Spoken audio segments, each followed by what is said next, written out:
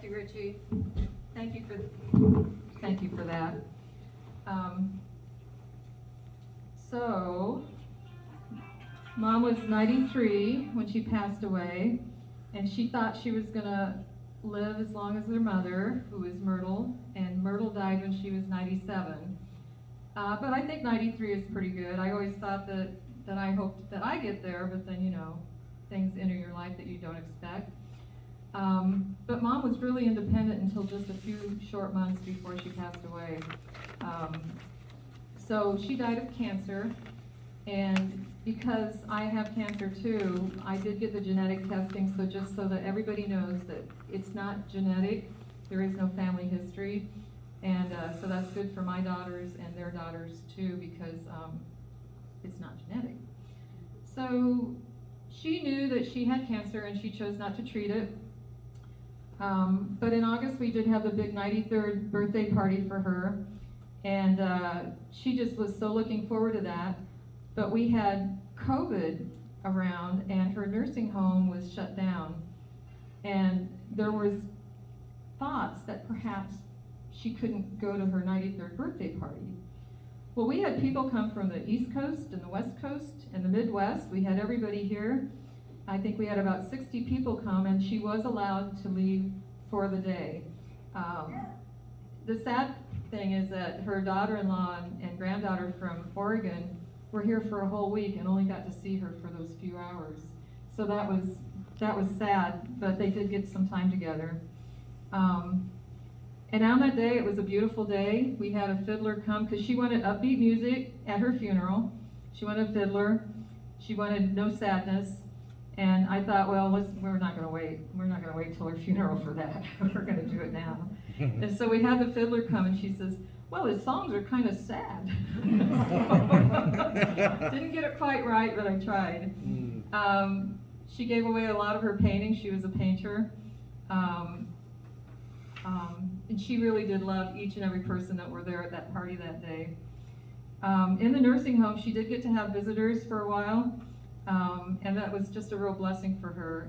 The Thompsons came down, some of my friends came, family members came, and it was really great. It kept her from being bored. And she did live her life to the fullest. She loved to dance, so her and Jerry, I think, met at a dance bar. And then, so they met dancing, and so that was one of the things that attracted her to Jerry, but then I think soon after that, the dancing might have stopped, I'm not sure. But they did enjoy golfing, bowling, traveling. They went west a lot to see Aunt Beverly and my brother Greg. They loved to play cards, and they played bingo all the time. And even Ron and I would play cards with them sometimes, even though we weren't good game players. It was fun. But I don't know if any of you played cards with them, but you can't believe how much people complain when they play cards. It's supposed to be fun, and all they do is bitch and complain, and if somebody gets a good hand, and it makes everyone laugh when people do that. And Aunt Norma's worse. She just really complains. But one time Greg was home, and he didn't have a lot of hair, and Shannon was home too, and Shannon stood behind him and flipped her hair over the top of his head, so it looked like he had hair. It was really pretty funny. So I knew Mom for 63 years, but she did a lot of things before I was born. So over the years, I've heard stories that there was a skunk in the basement that maybe got shot in the house, and everybody had to leave the house for a while because it smelled so bad. There were snakes in the chicken coop. And there was a grass fire that I was present at because I burnt my hand, but I don't remember the grass fire. I guess it almost burned the house down. She taught school for a year. And then they did a lot of, my father, Robert, and her went to a lot of dances and parties. So a few years ago, you know how you always want to know what your parents did when they were young? You know, you're just really curious about it. Well, you know, you should really be careful what you ask for. A few years ago, I took a road trip with Mom out to Guthrie Center, and I asked her a couple questions, and it kind of opened the floodgates. And I had nightmares. I just want you to know. I didn't need to hear that stuff about what my mom did back then, so just be careful what you ask for. As far as when her and Jerry got together, they had a lot of fun together, like Richie was saying, and they were very, very generous to Ron and myself. When they first got married, I was still a teenager also, and they did allow me to live with them off and on while I was trying to get my life together. And then when Ron and I got married and we purchased this land here, they helped tremendously. Jerry did all the wiring in this building. He wired the inn. Mom did a lot of woodworking and staining at the inn. She was down on her hands and knees crawling along the floorboards staining. She was probably 60 when she was doing that for us. Let's see. Mom also worked for us for a few years. She kept the books. And then after a few years, it really was time for us to part ways. Thankfully, she left before we had to fire her. Yes, it was getting that bad. But we let it, we still got along even though that did happen. They went to auctions all the time. Mom and Jerry went to auctions all the time. Their big thing for us was to pick up items that had grapes on them. So I don't know if you remember those little party platters with the little place for the cup that had grapes. I probably had 50 of those, 50 sets. We never used them. And they also just would pick us up things that just needed a little bit of work. So it came to a point where I said, you can buy me something at an auction, but you have to take something back, and you have to find a place for what you bought me. And don't buy anything that needs just a little work. It did hurt some feelings, but we got rid of that stuff.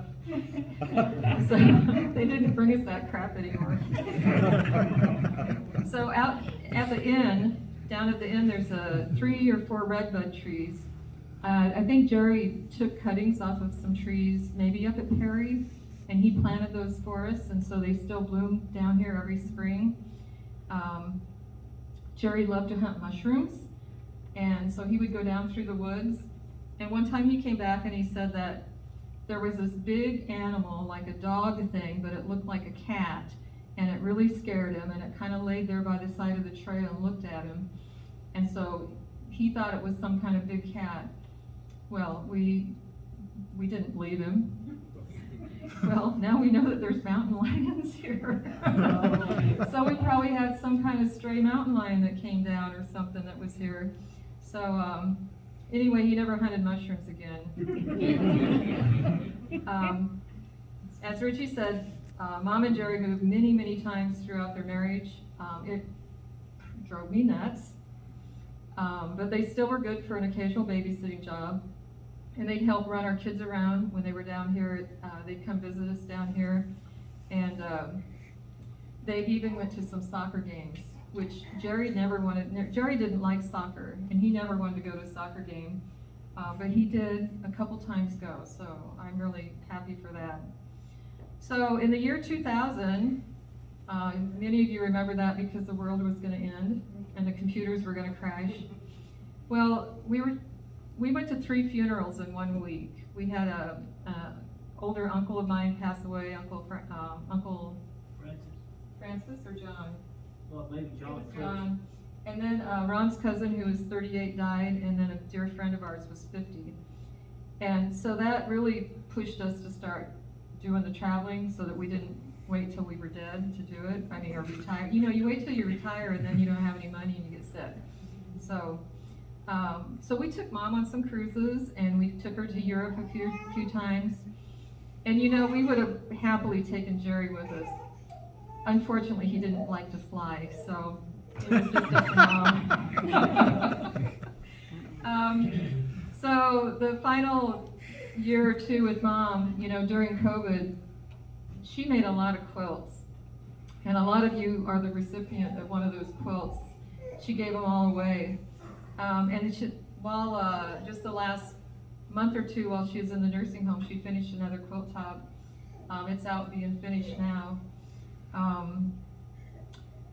So the thing about it is that Mom called me a lot. I called her a lot, and you don't really know how much you miss someone until you don't get those phone calls anymore. Or you think, I'm gonna call Mom and tell her about this. And it's like, oh, well, can't do that. So I'm gonna work on my friends and bug them to call me. At first I need to call them too, because I don't call that often either. They died a week apart. It was just really, really sad. But I want to share with you something that Jerry told me. So Jerry, I got a call from Richie that Jerry was on his way to the hospital, VA hospital, and that he was really sick and they didn't expect him to live the night. So Ron and I are close, so we went in. We went in and sat with Jerry, and he was still awake and talking. And I held his, I don't think I told you guys this, but I held his hand a lot, and he says, "Linda, you just keep on holding my hand. It's keeping me so warm. You can hold that hand forever." So it was sweet. So, okay, that got me. So, let's see. I was just going to say again to sign the guest book. There's family photos to take home, Frida's jewelry. And then I just want to mention a little bit about lunch. So we're going to, when we're done with the speaking, we're just going to pause for a few minutes and get lunch out, and then I'll ask Tony to come up and say a few words for lunch. And so that completes mine. Whitney, if you'd like to come up.